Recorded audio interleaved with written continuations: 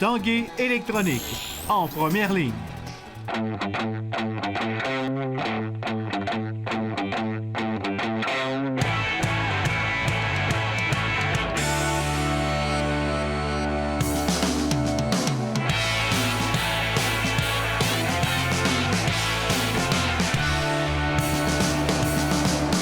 Salut, ici Jonathan Fournier, bienvenue à l'Esprit sportif. Aujourd'hui à l'émission, on vous parle entre autres du studio acrobatique de Québec, mais tout d'abord parlons de soccer. Les deux formations de soccer du Rouge et Or de l'Université Laval ont lancé officiellement leur saison aujourd'hui. On prend quelques secondes pour prendre quelques clichés. Les femmes reviendront au PEPS vendredi, ils sont à Trois-Rivières ce soir, les hommes reviennent un peu plus tard en septembre. Pour nous parler en détail des deux formations, les deux entraîneurs-chefs, Elder Duhart et Samir Grib.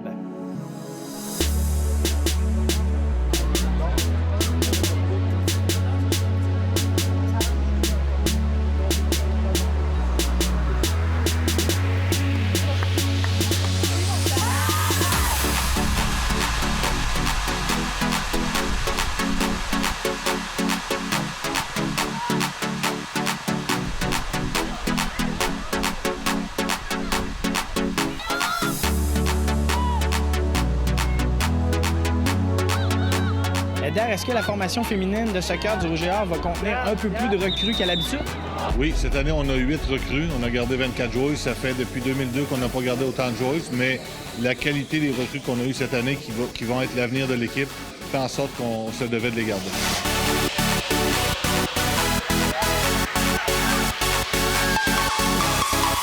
Olivia Kuhl, qui est une joueuse qui vient du Nouveau-Brunswick, qui a joué avec l'équipe du Nouveau-Brunswick, qui est la plus jeune de l'équipe. Elle a à peine 18 ans, elle a eu 18 ans le mois passé.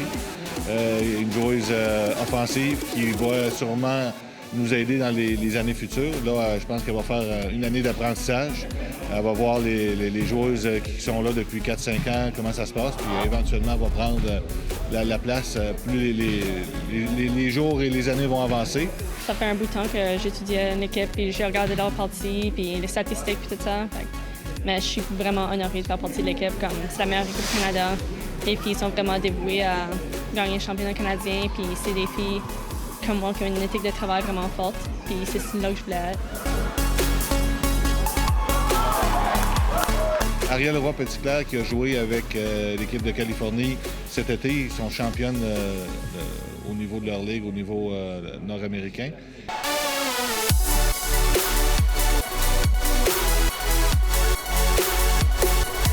Cette année, mon plus gros objectif, c'est vraiment d'aller chercher la médaille d'or. C'est vraiment l'honneur que je vais aller chercher aux Canadiens. Puis pour ça, je pense que c'est d'être travailler fort à chaque pratique et à chaque match, peu importe l'adversaire qu'il y a devant toi. Puis c'est vraiment d'aller justement atteindre le niveau que je suis capable d'aller atteindre à chaque fois. Là. Donc on devrait avoir une équipe très explosive à l'attaque. Défensivement, on a perdu notre capitaine Marie-Christine Gauthier. Les premiers matchs, Marie-Sandra Geneza et Mélissa Roy ne joueront pas, ils sont blessés. Donc, notre défensive centrale va être composée uniquement de recrues. Ça va être un bon test pour voir s'ils peuvent nous aider déjà à court terme. Ça va être intéressant de voir comment ça va se dérouler pour les premiers matchs de la saison. Il y a 5 filles sur notre équipe qui est allée au championnat canadien, au championnat du monde universitaire. Donc, on a eu beaucoup d'expérience. Les filles sont passées en Californie, donc une fille qui passe en Suède. On a cherché beaucoup d'expérience cet été au cours de la dernière année. Donc, pour ça, je pense que ça va vraiment solidifier notre équipe et amener un niveau encore plus haut que l'année dernière. Encore une fois, l'équipe féminine aspire aux grands honneurs. On a un bon calibre. Évidemment, on est toujours... Notre objectif est toujours de gagner le championnat canadien. Si on y va cette année, ce serait la 4e année consécutive qu'on y va. On a gagné la bronze l'an passé. On a perdu en pénalty la demi-finale, une défaite crève-cœur. Et on est champion de 2014. Donc, c'est sûr que cette année, on aspire encore à se rendre au championnat canadien pour évidemment essayer de ramener la médaille d'or.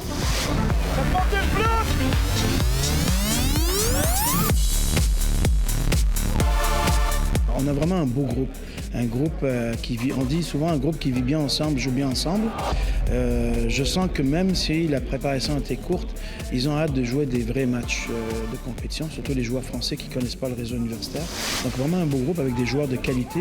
J'en ai parlé tout à l'heure, Charles Joly qui joue avec le FC Montréal, donc l'équipe réserve de l'Impact de Montréal. À un moment donné, il faut faire un choix, là, fait que j'ai décidé de prendre l'université au lieu du milieu professionnel. Comment t'entrevois ta première saison avec le Rouge et Or?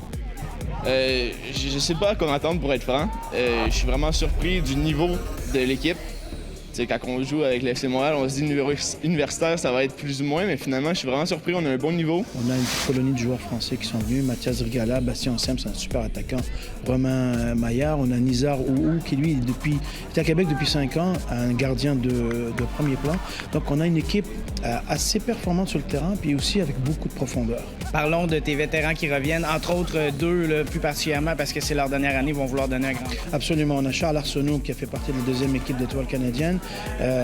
Marc-Olivier Koudibongue qui a été le meilleur attaquant à l'automne et à l'hiver de la saison dernière. Donc eux, ils veulent partir avec la médaille qui a la bonne couleur, il n'y a aucun doute là-dessus. Cette année, on a affaire à une formation masculine peut-être un peu plus expérimentée en général? Exactement. Expérimenté pour 2 raisons. D'abord, 1, ce sont des bons joueurs. 2, les nouveaux joueurs, ils ont autour de 21-22 ans. Donc, ils ont du vécu. Alors, je pense qu'avec ça, on va brûler des étapes et ça va aller beaucoup plus vite. Encore une fois, on aspire une participation au championnat canadien au minimum. Ça fait 2 ans qu'on n'est pas allé, donc là, on est dû pour y aller, puis on a le groupe pour le faire, je pense. Il y a beaucoup de nouveaux joueurs, des Français, des gars de Montréal, mais ce qui est le fun cette année, c'est que Samir a organisé une retraite fermée à Baie-Saint-Paul. Puis en 3 jours, là, c'est fou on peut tisser des liens puis des affinités, puis on a hâte de transposer ça sur le terrain. On a gardé 26 joueurs, sachant qu'on peut en habiller juste 18. Et on a beaucoup de profondeur si jamais il arrivait quoi que ce soit. L'objectif est toujours de gagner le championnat canadien. Si on n'y arrive pas, on fait un bilan, on voit ce qui ne marche pas, puis on remonte au sommet. Mais je pense que cette année, on a un groupe qui va aller jusqu'au bout.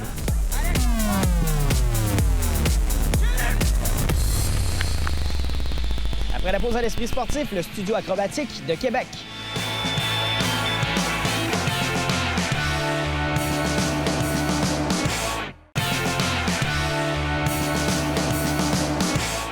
Le studio acrobatique de Québec est un des lieux d'entraînement en gymnastique acrobatique les mieux équipés de la province. Des dizaines d'athlètes de tous les niveaux s'y entraînent dans toutes sortes de disciplines, le cheerleading, le ski slopestyle, la trampoline. Voici le reportage de Simon Bourassa.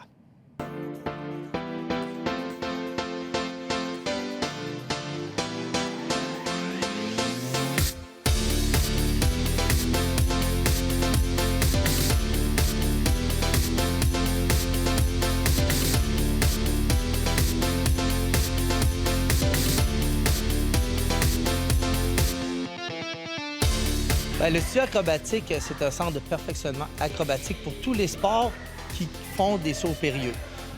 Danse, maintenant, ils en font beaucoup. Cheerleading, parcours, ski acrobatique, gymnastique. Fait que j'ai des élèves qui viennent de toutes les disciplines, qui font de la compétition ailleurs, mais qui viennent chez nous pour se perfectionner. Fait que nous, ce qu'on fait ici, c'est qu'on a le gymnase le mieux équipé au niveau éducatif pour faciliter l'apprentissage. Puis l'élément le plus important, c'est que nos entraîneurs qui sont recrutés ici, c'est des entraîneurs qui sont là pour accompagner les jeunes. Ils savent que les jeunes, ce sont les artistes et que leur gymnastique, c'est leur œuvre d'art. Tu es un artiste, acrobate, gymnaste aussi. Tu as fait ça pendant plusieurs années. Tu fais ça encore aussi, donc tu apportes, j'imagine, ton expertise à ces jeunes-là. Oui, j'ai vraiment eu la chance. Je suis un gymnaste de niveau national. J'ai été vu par le Cirque du Soleil, engagé par le Cirque du Soleil. Ça fait des années que je fais le tour du monde. Grâce à ça, je me suis entraîné avec des Russes de haut niveau. J'ai de mes amis qui ont été champions américains, des Chinois. Fait que j'ai vu comment eux fonctionnaient, puis j'ai vu qu'il y a certaines étapes que nous, on passait rapidement par-dessus, qu'eux autres, même à un haut niveau, font encore. Fait que ça m'a permis de comprendre que l'élément de base était très primordial et facilitait le haut niveau, ce que j'avais pas eu la chance, moi, de faire. Fait que grâce à ça, on réinvente pas la gym. Qui peut s'entraîner ici au studio acrobatique? Écoutez, tout le monde, ça part de 18 mois. On a des cours pour les petits-enfants avec les parents où on développe déjà l'acrobatie, l'orientation spatiale, l'équilibre. J'ai eu une personne la plus âgée, elle avait 69 ans. Il avait acheté une trampoline pour ses petits-enfants. Il voulait faire backflip quand il leur donne. On lui a montré, il l'a fait, il était heureux. J'aurais aimé ça l'amener aux Olympiques, mais malheureusement, il a pris sa retraite. T'as tard un peu. Julie et Raphaël, vous entraînez sur le studio acrobatique. Vous pratiquez quelle discipline dans la vie? Du cheerleading. Cheerleading aussi. Vous pratiquez vos mouvements au sol, dans le fond, ici, avec les bungees.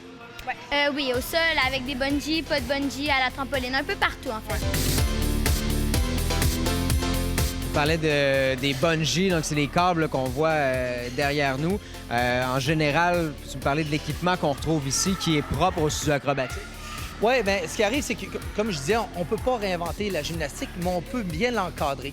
Fait que moi, ce que j'ai fait en faisant le tour, quand je me suis rendu compte que la plupart de mes amis de haut niveau étaient beaucoup aidés par les coachs soutenus, mais j'ai développé avec les bungees de l'aide qui permet aux gens de faire beaucoup plus de passages. Au lieu d'attendre chacun leur tour que l'entraîneur les aide, ils sont tout attachés, puis tout en même temps, ils passent et l'entraîneur change de personne à chaque fois, qui leur permettent à eux de faire des essais, d'être corrigés. Puis en faisant 10 fois plus de passages que dans un cours normal, mais c'est en le faisant que tu apprends, donc ça leur donne les outils. Dylan, Phil, vous faites du ski slope style. En quoi vous êtes en mesure de perfectionner votre entraînement quand vous venez ici? C'est plus pour faire des nouvelles manœuvres, là, puis après le faire sur la neige avec nos skis. C'est vraiment ça. Ça aide justement à se repérer dans l'espace quand on fait les mêmes manœuvres sur la trampoline. Après ça, quand on arrive sur la neige, on a plus un peu la sensation du mouvement, moins de chances de se faire mal sur les trampolines que sur la neige. Est-ce que ça arrive que vous vous entraînez avec vos skis ici? Il existe des skis qu'on peut utiliser sur le trampoline, mais c'est rare qu'on s'en sert parce que c'est pas vraiment la même sensation que sur la neige, puis c'est plus difficile de sauter sur la trampoline. Qu'est-ce qui démarque le studio acrobatique des autres centres d'entraînement? Pour moi, c'est inimaginable qu'une petite fille de 10-12 ans ait des chevillères puis des poignets. Puis quand je vois ça, qui viennent dans des sports, que ce soit n'importe quel sport acrobatique, ça me fait de quoi? Parce que je le sais qu'ils ont pratiqué sur une surface qui n'était pas appropriée à l'apprentissage, qui ont fait qu'en répétissant des mouvements pas corrects, ils se sont blessés les articulations. Ce qu'ici, on essaie d'empêcher parce que c'est ce qui est plus important, c'est la santé des articulations. Vous avez participé en grand nombre à notre concours Go Hockey et l'Esprit sportif, un grand prix d'une valeur totale de 3 500 $. Merci à tous les participants. C'est le moment de dévoiler notre gagnant. Félicitations à Francis Turgeon. Chanceux. Ça conclut l'Esprit sportif. On se dit à demain. Ciao!